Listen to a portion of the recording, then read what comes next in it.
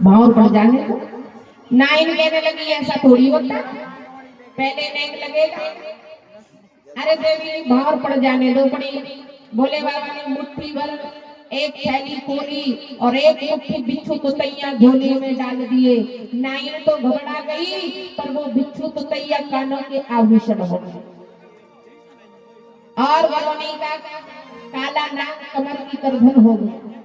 अब बारात दरवाजे पे पहुंची तो गोस्वामी जी कह रहे हैं देवियां मंगल गीत गा रही थी और भोले बाबा के बारातियों को देखा तो भागी भवन पेट अति त्रासा और गए महेश जहां जनवासा। घबरा गई। मैना रानी आरती की थाली लिए थी, थाली गिरा दी, दीपक बुझा दिया, मंगल कलश गिरा दिया।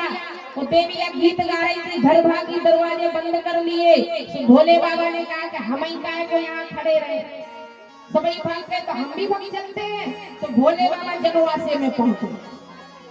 आज के समय में अगर दूल्हा का ऐसा अपमान हो जाए तो आज के जमाने के दूल्हा बस स्टैंड से जाएंगे कि जनवासे? बस स्टैंड से जाएंगे ना। भोले बाबा जनवासे पहुंचे। भोले बाबा के गढ़ में कहा बाबा आपका ऐसा अपमान हुआ, आप यहाँ बैठे हो। भोले बाबा ने कहा कैसा अपमान, मुझे तो नहीं पता। भोले बाबा का गढ़ कहने लगा, बोले आपको देख के आपकी सास मैया ने मंगल कलश गिरा दिया। भोले बाबा कहने लगे हमारी सास मैया ने सोचा कि जब दामाद की जटों में गंगा बह रही है तो ये चुरू जग दिखा के अपमान नहीं करना चाहते, इसलिए गिरा दिया। कैसा अपमान? बोले बाबा दिया भी बुझा दिया। बोले हमारी सास ने सोचा कि जब दामाद के माथे पे चंद्रमा विराजमान है तो ये जुगनू जैसा दीपक नहीं दिखाना चाहिए, इसलिए बुझा दिया। इसमें कैसा अपमान? भोले बाबा ने अपमान में सम्मान ढूंढ लिया और संसार वाले सम्मान में अपमान ढूंढते। अब यहाँ मैना रानी कहने लगी कि मांगत भीग महेश फिरे, घर में न एक अन्न अधेला, जो मुख एक तो पार परे, मुख ही मुख को घर में झमेला। बोले पचानन आप चतुरानन बाप, दसानन चेला। बोले इनके घर में ये मुख का कोई है ही नहीं, ऐसे घर में अपनी बिटिया का विवाह नहीं करेगा। नारद जी का क्या बिगाड़ दिया, जो यहाँ आके मेरी बेटी को उल्टी पट्टी पढ़ाकर चले गए। मैना रानी तो कह रही पर घालक लाज न भीरा और बांझ का जाने प्रसव की पीरा। नारद जी क्या जाने बेटी कितनी प्यारी होती है। तब माँ पार्वती ने समझाया और भोले बाबा से नारद जी ने कहा, ध्यान से सुनना। सुनो, नारद जी ने कहा कि बाबा आप दरवाजे पे अगर सूट बूट पहन के चले जाते तो बारात ना लौटती।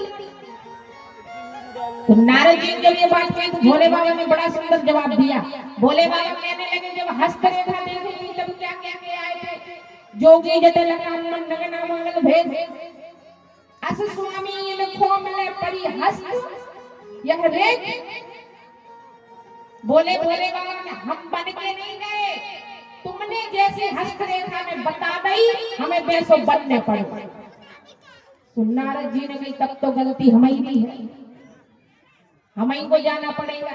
तो फिर नारद जी गए और भोले बाबा की महिमा गा के सुनाई। यहाँ राजा हिमाचल सबसे भोजन करवा रहे और भोजन करवा रहे हैं तो सबके हो गए भूत रह गए। बोले बाबा आपके भूतों के भोजन की व्यवस्था नहीं बन पा रही, जो भी परसने जाता लौट के ही नहीं आता। तो भोले बाबा ने कहा एक काम करो, हमारे भूतों के लिए बफर लगवा दो।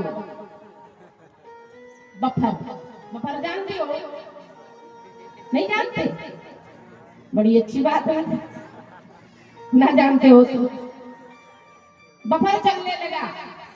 अरे भोजन की मर्यादा नहीं रही, जूता पहने लगो।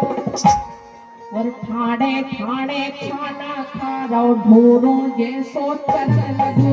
ठाणे ठाणे खाना खा रहो ढोरों जैसो चरण लगो। ठाणे ठाणे खाना खावे ढोरों जैसो चरण लगो।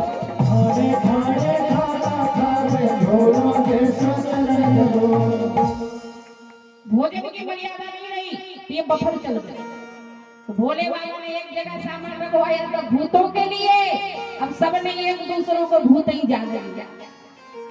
खूब जाते प्लेट भर भर के रसगुल्ला खा के आते खड़े खड़े। तो नारद जी ने पुनः महिमा गाई। तब मैना रानी मानती है।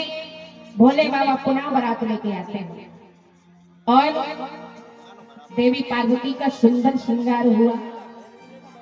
माँ भगवती पार्वती वैसे ही सुंदर सुंदर साज सुशील सयानी नाम उमा अंबिका भवानी। और जब सुंदर श्रृंगार हो गया तो मैया और प्यारी लग रही है और सुंदर लग रही है। माता सुंदर श्रृंगार करके मंडप में आती है। वेद मंत्रों के द्वारा सुंदर ब्रह्मा जी के द्वारा वेद मंत्र उच्चारण होते हैं और बड़े ही विधि विधान से मैया पार्वती और भोले बाबा का विवाह होता है।